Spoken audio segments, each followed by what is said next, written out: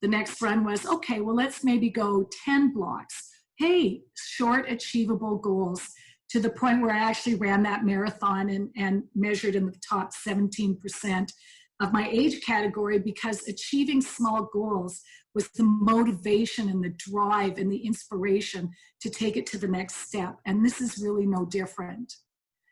So here's a poll question. What percentage of your business revenue comes from big accounts? So same thing here. A, B, C, this is question 2, by the way, are over 50%. So where are you today, if you care to share?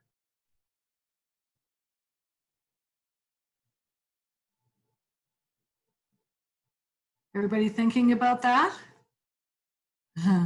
A, okay. Six here, Kim. We've got an A, a B, a C, just starting out. Lots of B's. Lots of B's. Okay, good. C, excellent. Excellent. Fantastic. Good stuff. That's great. So there's real opportunity. Another, real opportunity here to look at how we can grow this for everybody.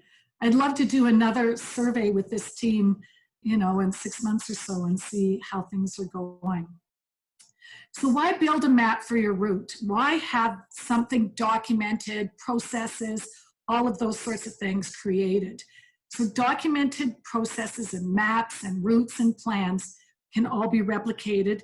They can be changed based on what's working and what isn't working, and then they can be shared with the team so that everybody on the team becomes aligned with the path that you're all going to take. And what happens if you don't have a map, a lot of shiny objects along the way come along, or it's easy to get lost or find trouble. For example, we're going to talk a little bit about insurance that businesses need to have, or contracting issues. So companies, big deal companies, feel they have a lot of muscle and they use it. So a lot of them want customization of the products that you offer, which could be very costly to you. And while it seems that a shiny object and winning a deal like that would be fantastic, if you're looking at the cost to customize, that's going to be an important consideration. And maybe that's a choice that you may want to say no and walk away from that deal. And trouble always happens sort of in the contracting stages. Sometimes they're asking for things that aren't easy for you to do without reinventing who you are. So those are kinds of things you want to look out for. When I talk about shiny objects, just a story, we were working with BC Health. There's 7 health authorities in BC, and I was working on a team to work a big deal that we worked on for probably a year and a half, and it was probably $6 million, $6 to $8 million. I was the channel person working with the partner that would do the resale, and there was a salesperson. And the salesperson had a fabulous relationship with the technical lead on this who loved it. The technical leads always love the technology. But after a year and a half of working with probably 1 or 2 people only, it became evident one day that that person had some influence, but clearly the decision maker had never been brought into the loop. And then all the team changed, all the team roles, and that deal was dead. And it was devastating, because it was a whole year of forecast for that sales rep, and a big impact for myself as well. So shiny objects, think of the technical people that love the technology, but very rarely are they the ones that get you to move through the sales. So you need to really think about being aware of that.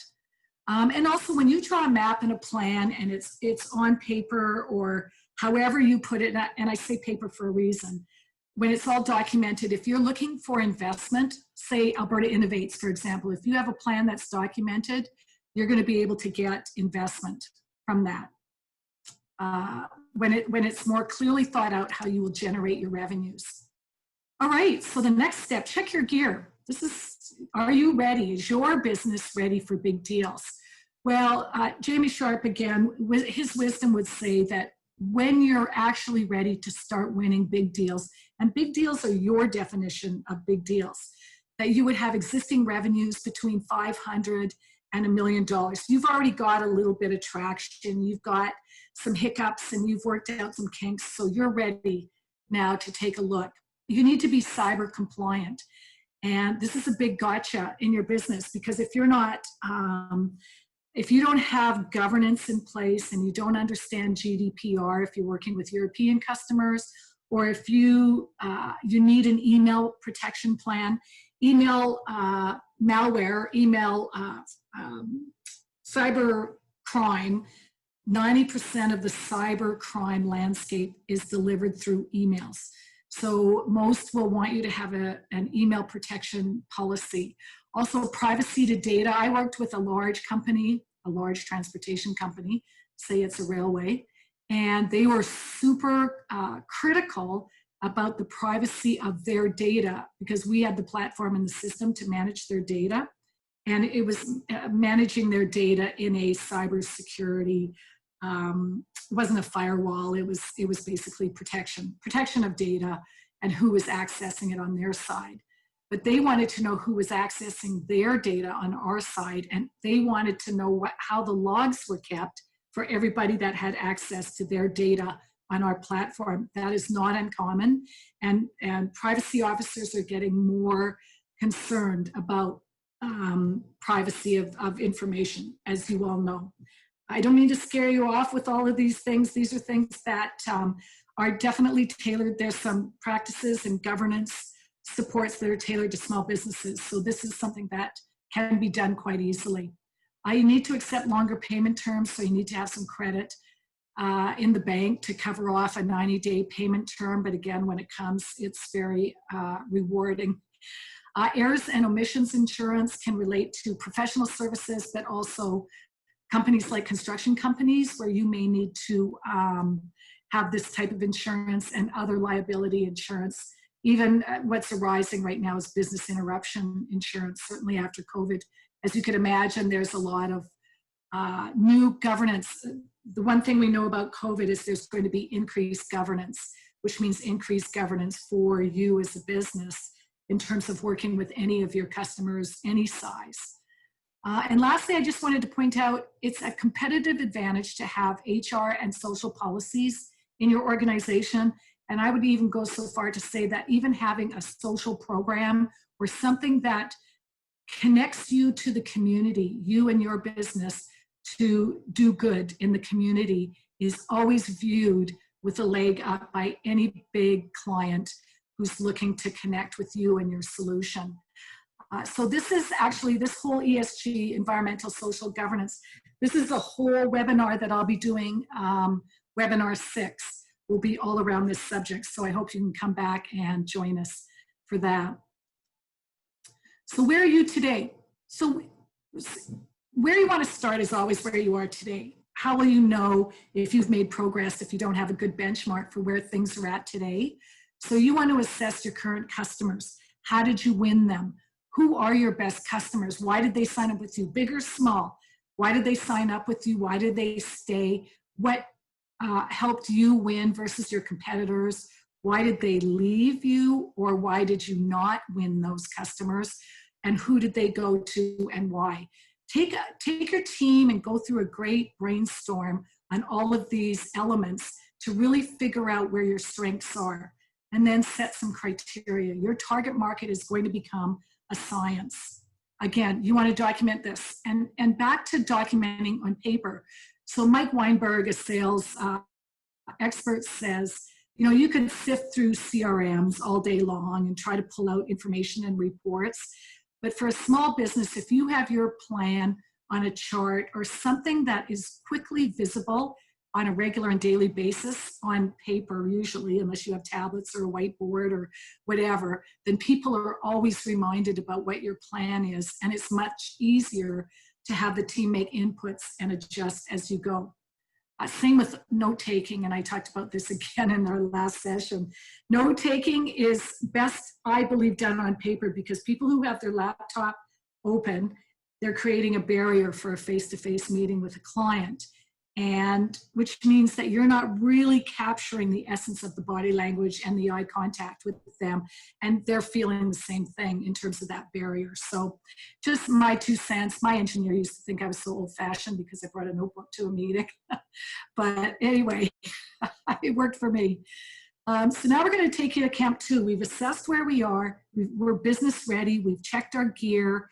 We understand why it makes sense to climb Everest, that the rewards will be so amazing. So now we're going to plan our route up. So after an endless, slow, and very deliberate march, now we're creating some habits. Through the silent valley, you reach at last a rocky patch at the front of the icy Lhotse wall. This marks Camp 2. This place is stunning. Clouds roll in from the lower ranges of the Himalayas up to the valley and into the camp. How you do anything is how you do everything. And I don't know if you've heard this expression before, but what we're trying to do here is create some new habits and some deliberate activities that you do every single day to generate revenue, whether it's transactional sales or big deals. We are trying to create new habits and new processes in your regular daily habits. So let's just stop for a moment and see if there's any questions. I'm looking at my second screen here to see the chat window. Any questions so far about what we've talked about so far?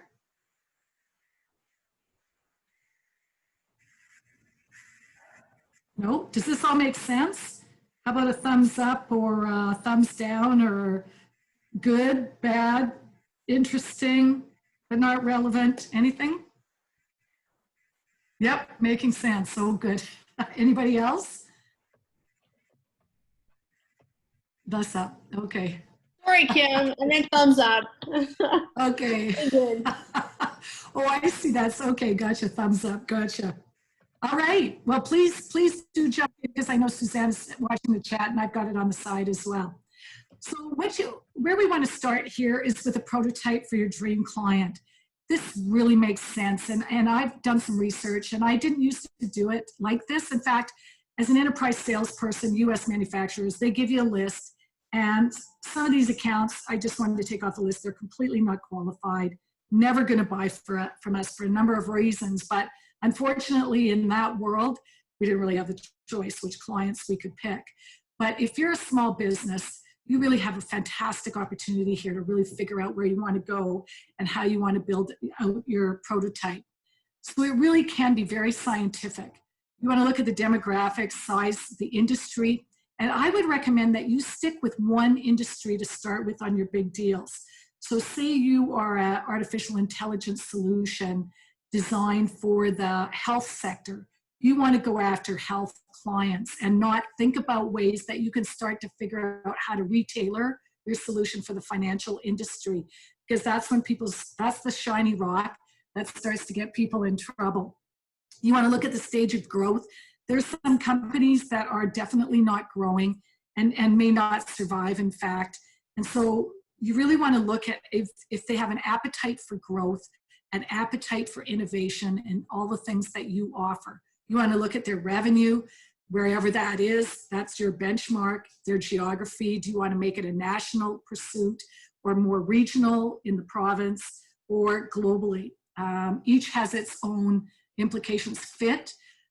This is an interesting one, and I like talking about this again in our ESG program. We cover off on this. If a company doesn't have the values and ethics that line up with you and your business, you don't want to do business with them, because those just create problems down the road. So a really simple example might be like child labor. Somebody uses child labor, where they've got unethical business practices. I worked with a company the other day that was a consulting networking type of company, and they had my credit card, and I couldn't remove my credit card off my profile. I canceled my subscription. In the fine print, about 7 font, it said you had to let them know 15 days in advance. I let them know 10 days in advance. And despite having conversations with them, they wouldn't give me my money back. And that's not a kind of company I want to work with, that really isn't that keen about customer service or trying to be tricky like that. That just doesn't work. And then, of course, how many people do you tell? Competitive landscape, you really want to understand which business you can win, and knowing what competitors are taking some of your business. So this is where you want to do your own competitive. We talk about this later in our marketing webinar, but you really want to understand what small niche you have or large niche that separates you from the rest. And I'll give you an example here. I was at a rainforest meeting. It's entrepreneurs here in Calgary. And I introduced myself as an enterprise sales executive. And a whole bunch of the people in that meeting were entrepreneurs, came up to me, and I bet 8 of them were data analytics companies. And they said, oh, will you help us get into Synovus? And I'm like, well, what do you do differently than all the other data analytics? And, you know, no one could actually identify what their niche was that was different. And wow, there are a lot of AI and data analytics companies out there. So just something to think about. Existing relationships. You may have existing relationships both in your own company, but also in your informal networks, which we talked about last time, that might help you broker into a senior level relationship in a client, or an existing customer who may broker you into another client. One of the things, and again, Jamie Sharp talked about this, is follow the people that you've worked with. Say you've worked with somebody that works at BC Health, and you learn that they moved to Ontario and now they're working with Ontario Health. Those are good people. Follow the people where they go, because those also make great people to prospect, and that is an existing relationship. Understand the buying nature of the company. You know, there's early adopters to new technologies, and many things that we're talking about are technology related, of course. And the others that are just doing me too or a laggard. And I think everyone kind of gets a feel for that. So here's a sample prototype that I created. And I know this is kind of a crappy chart, but I did this with one hand because of it. So bear with me here. But this is just an example of a ranking system you might be able to use so that you can rank your dream client prototype and all the things that you might be able to measure that are a really good fit for you. And anything that has a measurement or a scientific number attached to it makes it really easy to differentiate and pull the good ones up into your list. So for example, this is a Canadian public company, and maybe you're ranking that high because you're a company that sells risk insurance. Well, you know, public companies are more concerned about risk than maybe a private company might be. Maybe not, but at least you can read an annual report in a public company and read specifically about their risks. Or, you know, revenues over 10 million, that might be a 5 for you, which is high. Or growth versus status quo, you can rank that 1 to 5, depending on where they are. Existing relationships, no existing relationships, get a 1. And then add them all up and see what comes out to the top and what best fits with your business. And then building a relationship plan is so key. This is one of my favorite parts of this whole exercise, is really understanding who the people are. I love the people part of this whole thing, and really trying to figure out who they are behind their shields. So that would include all the people you need to target. And you know that there's probably anywhere from 7 to 15 decision makers in a big company, and becoming more so because, again, governance is going up, supply chain challenges, budgets are down. So there's going to be more people making decisions. So you want to figure out who those people are by having lots of meetings. So what is their personal agenda? People want to survive. Layoffs, LinkedIn's laying off 10% of their workforce today. You know, who are the people that are motivated by something that's personal? And that might also include a promotion or recognition or being on an executive special project list, special assignments, personal growth. It could be any number of things. And I'm sure if we did a roundtable with this group, we would kinds of inputs on this. And the other is their business agenda. What are they tasked to do? What's their assignment specifically? Political alignment is really around, you know, their roles. Are they evaluating? Are they a user? Are they visionary? Are they pragmatic, conservatives, anti-change? You want to really figure out what the political alignment is and who's really influencing who. Who are the people that influence others around the water cooler? Who are the people that are always figuring out how to get an appointment in the president's office? And if you've had any time in sales, you know who these people are. They just can't wait to figure out a new reason to go see the director. And those are the kind of people you want to really use to your benefit as you work through the whole decision process. So that's kind of informal. Map your team to theirs, and I'll show you an example. Build a chart example. And again, share with the team. Make sure the team understands who's who and where they may play a role in connecting. So here's a sample relationship plan. And I've got some names here. So say your contact is them. Here's the CEO. And you, in your company, you have Daryl, who's the founder. You're going to put the two of you together. Daryl wants to make a meeting with Charles to discuss high-level industry landscape. Let's talk about the health sector and what's happening in technology. And here's Daryl has an opportunity to educate Charles about what other customers are saying about the problems in the health sector and share that with Charles because he may not be getting that same insight other than through the vendors that he speaks to. So some vendors have a critical role in education, the ones that are going to get invited back anyway. So now you know the outcome, a pretty good appetite, good. He's going to delegate to the team, which means you sort of have his sponsorship to meet with other members of the team. He's a big decision maker. And again, now we have the engineers and the technical leads. They're talking nerd over a coffee, loves our technology. We know that we're going to get him on our side, etc. So you can see the example here. Customer service, never forget the people that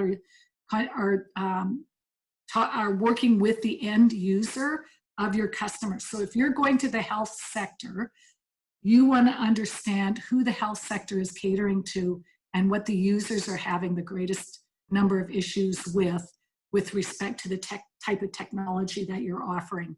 You really want to understand that problem. Here's another relationship map. This comes from target account selling. I've been working on target account selling matrices and theory my whole enterprise sales life. And it really does make a lot of sense when you map things out. Post it on your wall, show it to the team, try to create an organizational chart and the role that each one of these people play, supporter, neutral, etc.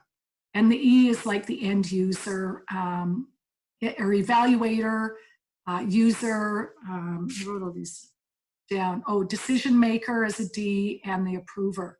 So you can put a number of factors on each one of these and then just try to figure out a little bit of a map together and a strategy that can more easily be done because you've got this all mapped out. Okay, I'm going to stop right there again and just see if anybody has questions or comments about a relationship plan. And how many of you have got a relationship plan in your practice today for any kind of customer? Kim, it's Suzanne here. I'm just going to put my camera on. I love these matrices and the relationship plans. You know, sometimes I use mind maps. I don't think the tool is as important as, you know, what you're trying to do. But I have a question. You know, some people have large teams that they can plug into and some have smaller.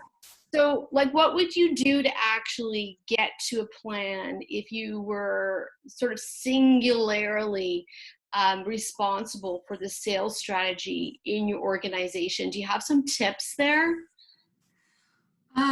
Yeah, so well, number one, if you're singularly responsible for the sales strategy, you want to get the members of your team and informal networks together to collaborate on your path to begin with. So that's so critical that sales people that are assigned with that role should not work in isolation. And it's the philosophy of sales has moved from a rock star salesperson that gets all the commission. Things are changing in the world of sales to become more of a team sales approach and informal team roles that aren't called sales because it's more effective. And companies now are looking at for more joint team compensation. So that's just kind of a little sidebar from your question.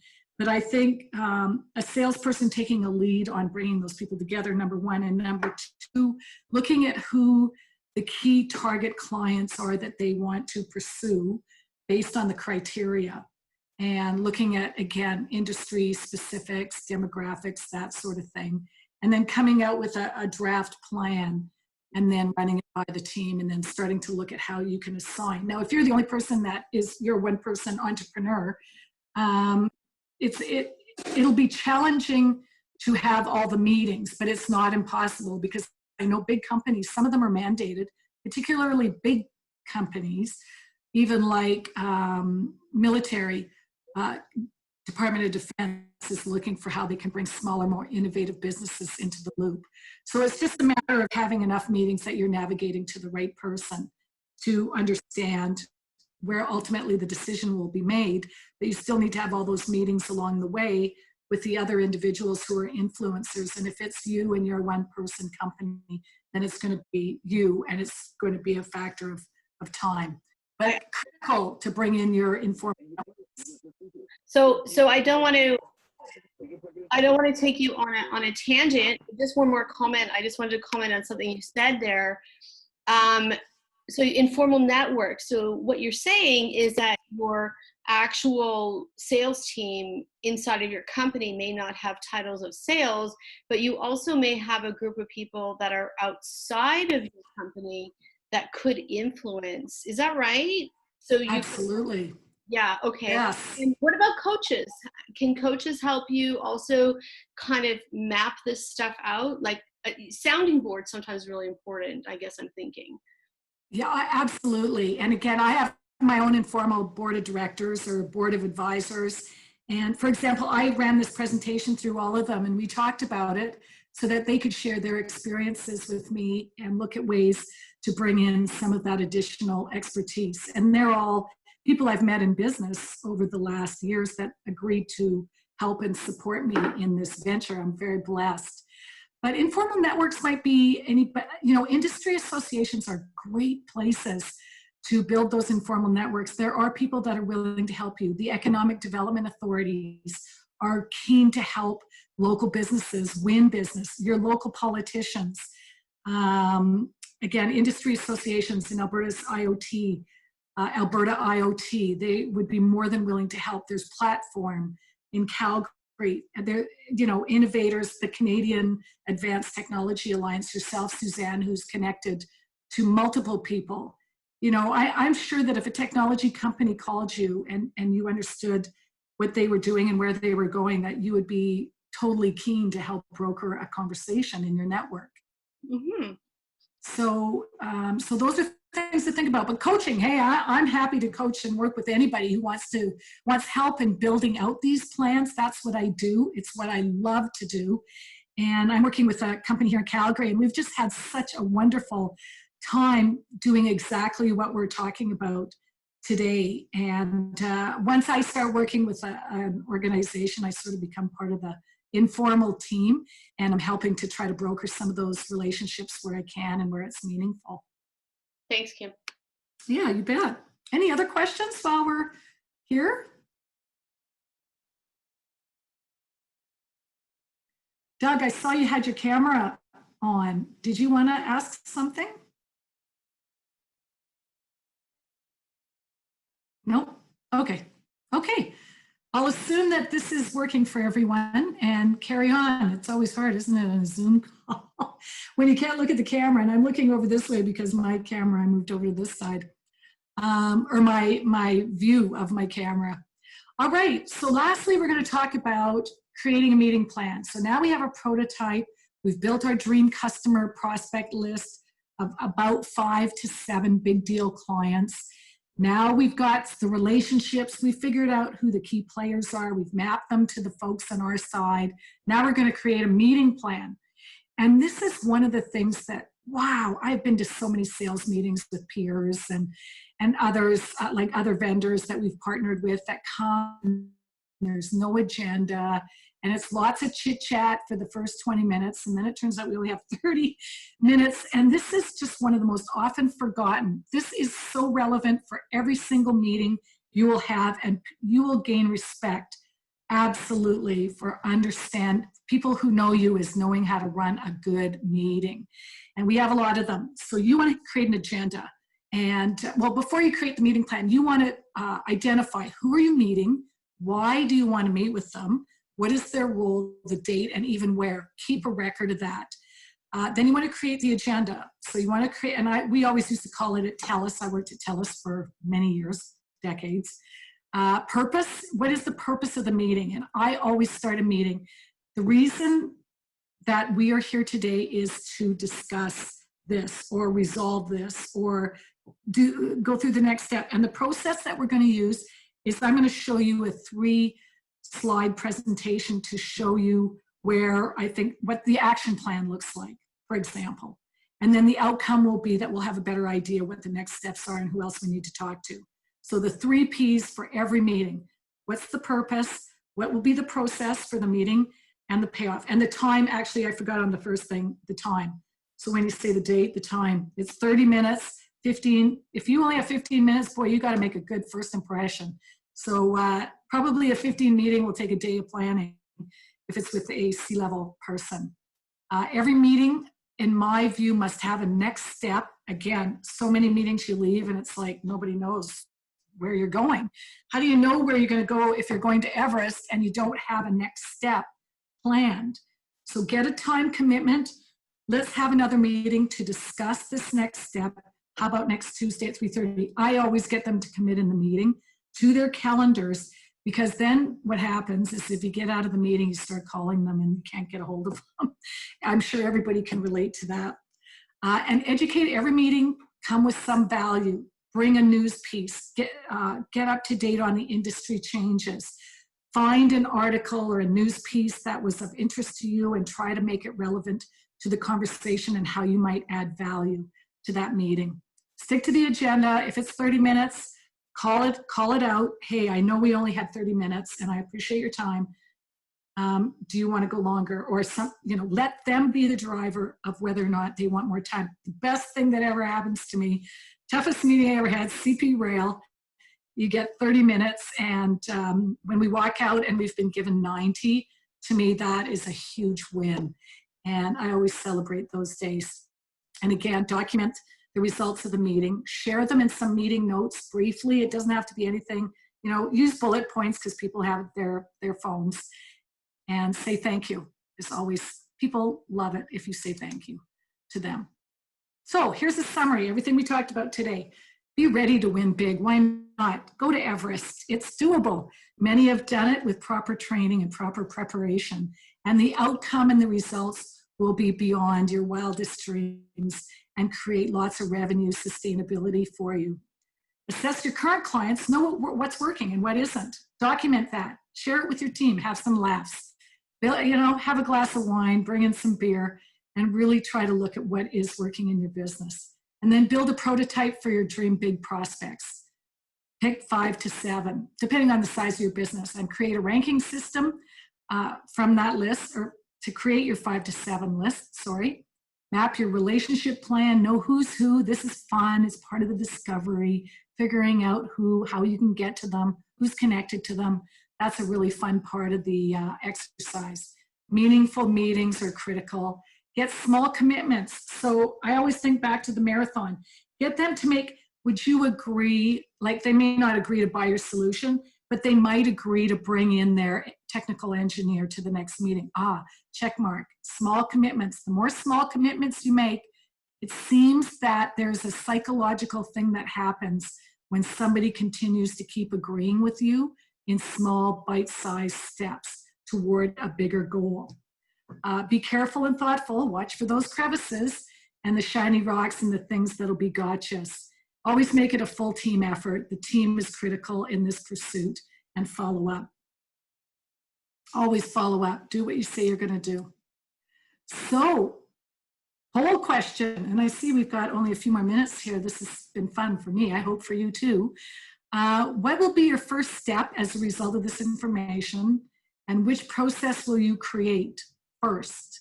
Or are you sold that mapping plans and processes is critical and important? I'm looking at the chat window here. Excellent.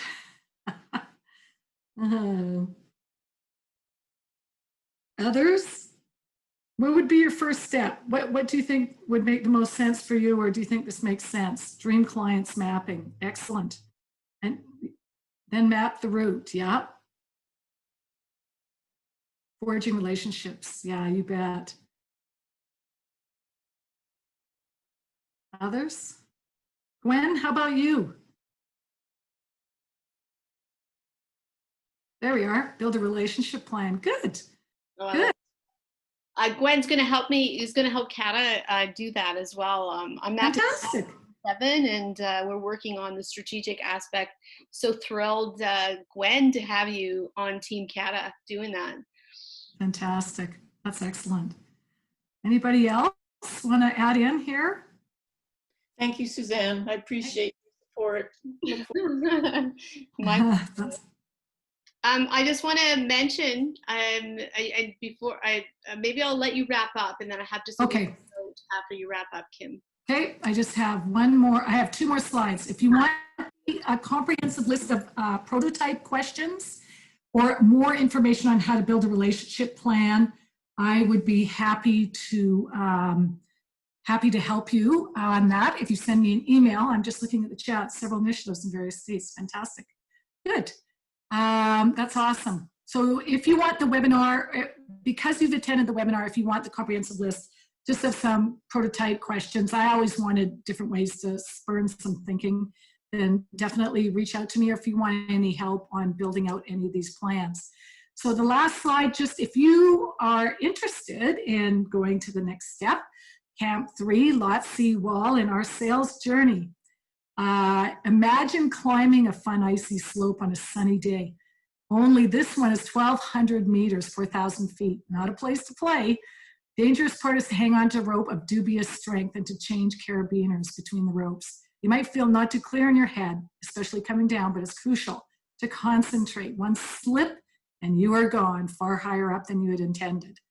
And I can't think of a more appropriate way to describe the buyers in your big client prospect, because that is a slippery slope. It's dangerous.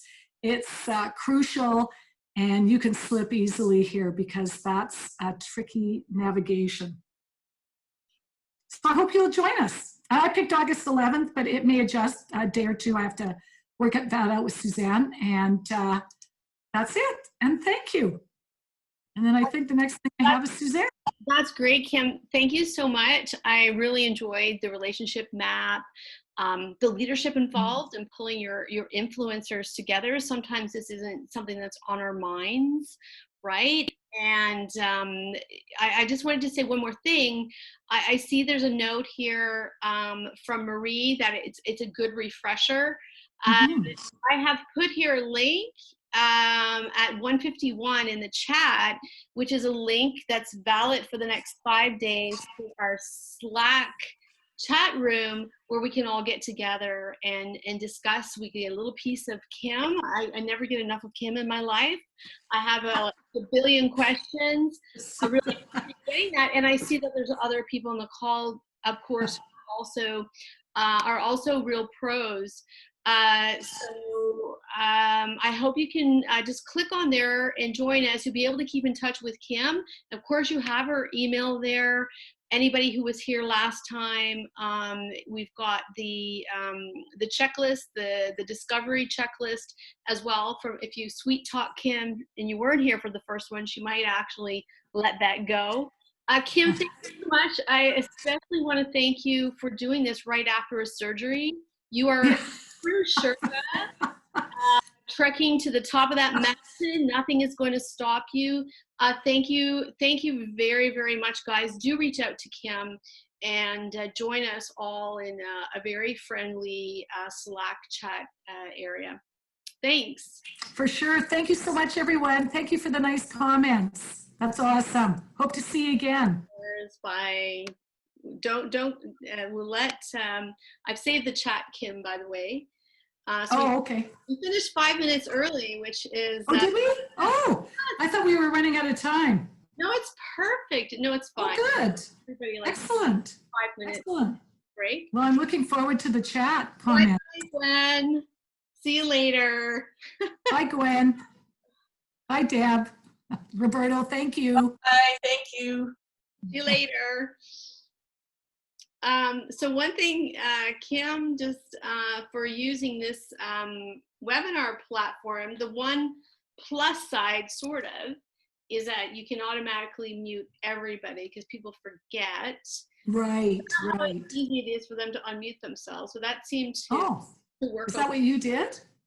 I muted everybody because sometimes when new people come on, there's a little bit of noise and Mm-hmm. stuff like that. So Yeah. Oh, good. I have saved the chat. I don't know where it saves to.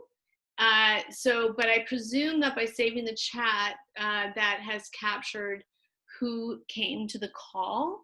So Uh-huh. I think we can close down this. I started the record a little bit late. I don't know if you. I know, and I was going to stop and do that too, because you can record right on PowerPoint. So I'm going to end this, and then we just have a quick call on the phone. Yeah. Yes. Yeah. Great. Bye-bye, everybody. Cheers.